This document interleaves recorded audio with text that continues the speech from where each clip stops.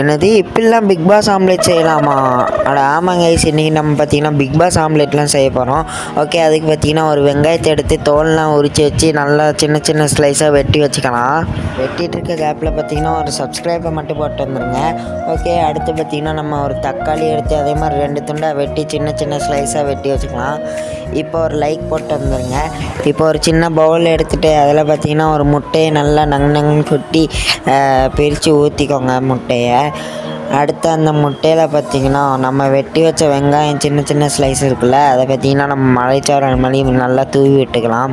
தூவி விட்டுட்டு நல்லா கிண்டி விட்டுக்கோங்க. அடுத்து பார்த்திங்கன்னா நம்ம வெட்டி வச்ச தக்காளி எடுத்து அதே மாதிரி மலைச்சாரல் மாதிரி தூவி விட்டு நல்லா கிண்டி விட்டுக்கோங்க. நெக்ஸ்ட்டு ஒரு டீஸ்பூன் காஷ்மீரி மிளகாத்தூள் போட்டு கிண்டி விட்டுக்கோங்க. அடுத்து பார்த்திங்கன்னா ஒரு பிஞ்ச் உங்களுக்கு தேவையான உப்பை போட்டு அதே மாதிரி நல்லா கலக்கி விட்டுக்கோங்க. ஓகே, இப்போ பார்த்திங்கன்னா ஸ்டவ்வை ஆன் பண்ணிவிட்டு தோசைக்கல்லை அடுப்பில் வச்சு நல்லா சூடுபடுத்திக்கலாம். ஓகே, சூடாகிட்டு நெக்ஸ்ட்டு பார்த்திங்கன்னா ஆயில் எல்லா இடத்துலையும் ஸ்ப்ரெட் பண்ணி விட்டாச்சு. அடுத்து அந்த முட்டை மசாலா ஊற்றி நல்லா எல்லா இடமும் ஸ்ப்ரெட் பண்ணி வச்சுக்கோங்க.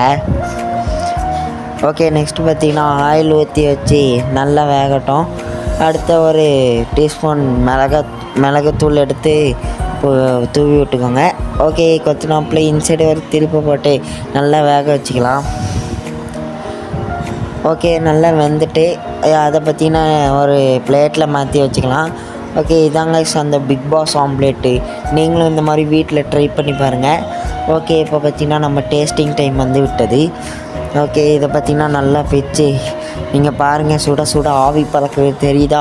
அப்படி தெரியலன்னா சப்ஸ்கிரைப் பண்ணுங்கள். தெரிஞ்சிச்சுன்னா கமெண்ட்ஸில் ஆமான்னு சொல்லுங்கள். ஓகே, நெக்ஸ்ட் பார்த்திங்கன்னா அதை நல்லா பிச்சு ஒரு மடக்கி உங்களுக்கு ஒரு பைட் கொடுத்துட்டு நானும் சாப்பிட்லான்னு முடி எடுத்துட்டேன். ஓகே, சாப்பிட்டு பார்க்கலாம். சாப்பிட்டு பார்த்தோன்னே வேறு லெவல் டேஸ்ட்டில் இருந்தது. நீங்களும் இந்த மாதிரி வீட்டில் செஞ்சு சாப்பிட்டு பாருங்கள். Bye guys.